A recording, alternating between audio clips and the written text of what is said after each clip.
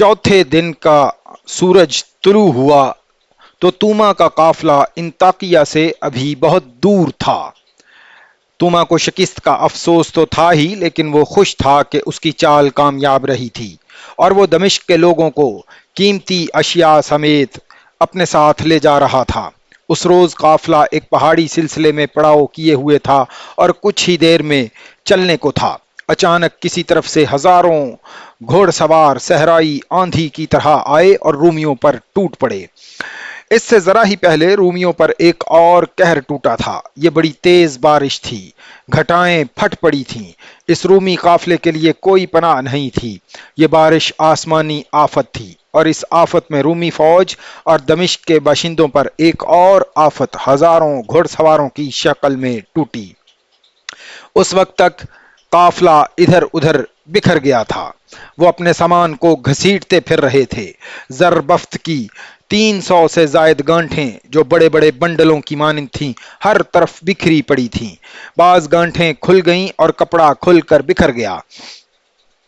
जरबफ्त का कपड़ा इतना ज्यादा बिखरा कि उस जगह का नाम मरजुद्दिबाज यानी रेशम का खयाबान पड़ गया। यहां जो मार का लड़ा गया उसे तमाम मुअर्रखों ने मार का मरजुद्दिबाज लिखा है। ये घुड़सवार जिन्होंने रोमियों और दमिश्क वालों के काफले पर हमला किया था, उनकी तादाद 1000 थी और ये खालिद के भेजे हुए सवार थे।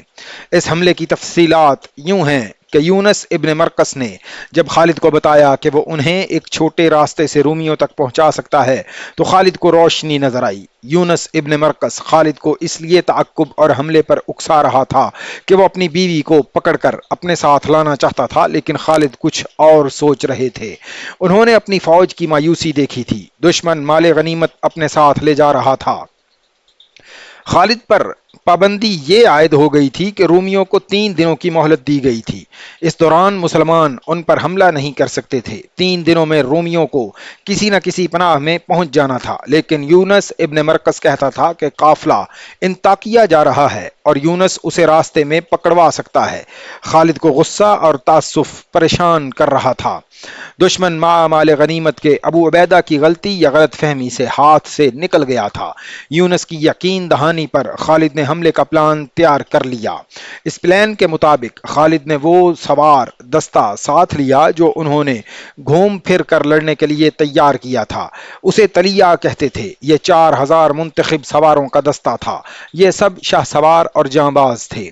इस दस्ते का गाइड यूनस इब्न मरकस था। वो खुश था कि खालिद उसकी बीवी उसे दिलाने के लिए इतना बड़ा जंगी एहतमाम कर रहे हैं, लेकिन खालिद के सामने कुछ और मसला था जो ऊपर बयान किया गया है।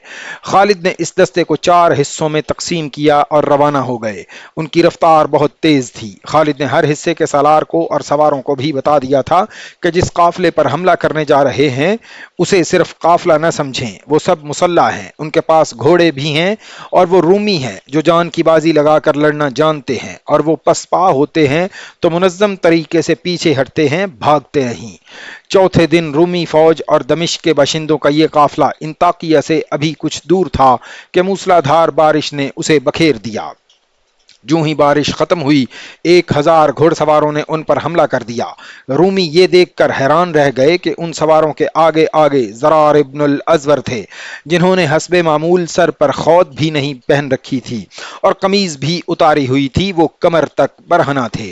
मुअर्रख लिखते हैं कि रूमी सालार तूमा और हरबीस पहले तो उस पर हैरान हुए कि मुसलमान किधर से आ निकले। उन्हें मालूम नहीं था कि उन्हें दमिश्क का ही एक गाइड मिल गया था जो उन्हें एक छोटे रास्ते से वहां तक पहुंचा लाया था।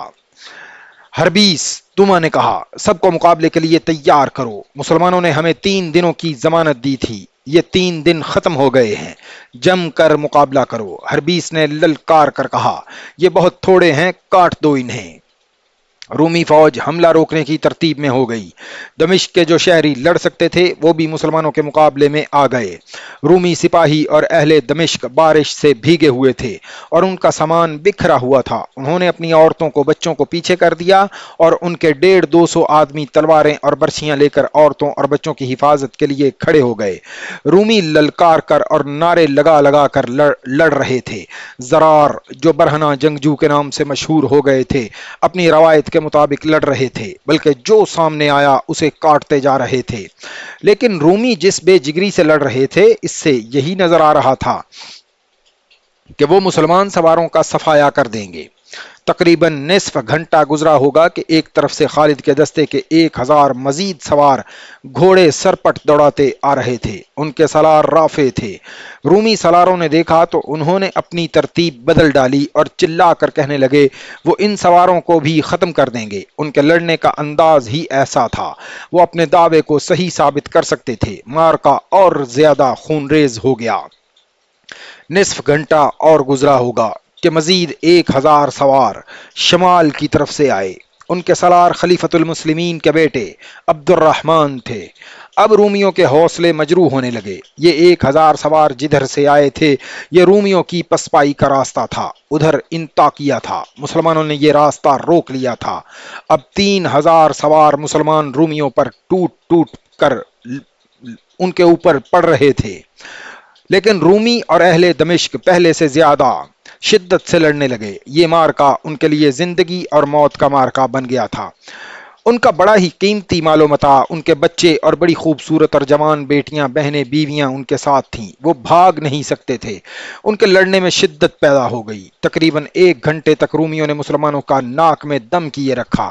ان کا سالار توما جس کی آنکھ میں تیر اترا ہوا تھا سپاہیوں کی طرح لڑ رہا تھا۔ اچانک 1000 مزید گھڑ سوار ایک اور سمت سے آئے، ان کا سالار تلوار بلند کیے نعرے لگا رہا تھا، انا فارس الجدید، انا خالد ابن الولید۔ رومی اس نعرے سے بخوبی واقف تھے۔ ان 1000 سواروں کا قائد خود خالد بن ولید تھے۔ یہ تھا خالد کا پلان۔ وہ 1000 سوار بھیجتے رہے اور آخر میں خود 1000 سواروں کے ساتھ آئے۔ خالد توما اور ہربیس کو ڈھونڈ رہے تھے۔ کہاں ہے ایک آنکھ والا رومی؟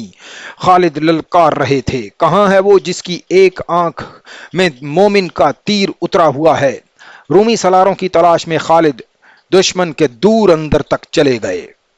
وہ اکیلے تھے، ان کے محافظوں کو بھی پتہ نہ چلا کہ وہ کہاں غائب ہو گئے ہیں۔ ابن ابی بکر، خالد کا ایک محافظ، سالار عبد الرحمن کو دیکھ کر ان تک پہنچا اور لڑائی کے شور و غل میں چلا کر بولا، سالار اعلیٰ کا کچھ پتہ نہیں، اکیلے آگے چلے گئے ہیں۔ نہیں نہیں، عبد الرحمن نے گھبرا کر کہا، ابن ولید لاپتہ نہیں ہو سکتا، اللہ کی تلوار گر نہیں سکتی۔ عبد الرحمن نے کچھ سواروں کو ساتھ لیا اور بے خوف و خطر اس طرف چل پڑے جدھر خالد گئے تھے۔ لڑائی ایسی تھی جیسے سوار گتھم گتھا ہو گئے ہوں۔ عبد الرحمن ان میں راستہ بناتے خالد کو ڈھونڈنے لگے۔ دیکھا کہ خالد دشمن کے قلب میں پہنچے ہوئے ہیں اور وہ توما کو اور دوسرے رومی سالار ہربیس کو ہلاک کر چکے تھے اور اب رومیوں کے نرغے سے نکلنے کی کوشش کر رہے تھے۔ ان کی یہ کوشش کامیاب نہیں ہو سکتی تھی کیونکہ رومی زیادہ تھے۔ یہ خالد تھے جو ابھی تک ہر وار بچا رہے تھے۔ رومیوں کے ہاتھوں ان کی شہادت یقینی تھی۔ عبد الرحمن اپنے سواروں کے ساتھ پہنچ گئے اور رومیوں پر ایسا زوردار حملہ کیا کہ ان میں سے کئی ایک کو ہلاک کر دیا اور خالد کو وہاں سے زندہ نکال لائے۔ اس مارکے کی صورت ایسی بن گئی کہ کوئی ترتیب نہیں رہی تھی۔ یہ کھلی لڑائی تھی جو لڑنے والے اپنے اپنے انداز سے انفرادی طور پر لڑ رہے تھے۔ مسلمان سواروں کی کمزوری یہ تھی کہ ان کی تعداد کم تھی، اس لیے وہ رومیوں اور اہل دمشق کی اتنی زیادہ نفری کو گھیرے میں نہیں لے سکتے تھے۔ اس سے یہ ہوا کہ رومی اپنے سالار کی ہلاکت کے بعد ایک ایک دو دو مارکے میں سے نکلنے لگے۔ وہ علاقہ پہاڑی تھا اور کھڈے اور نالے بھی تھے۔ رومی وہیں کہیں غائب ہوتے گئے اور انطاکیہ کی طرف نکل گئے۔ اس طرح مارکا آہستہ آہستہ ختم ہو گیا۔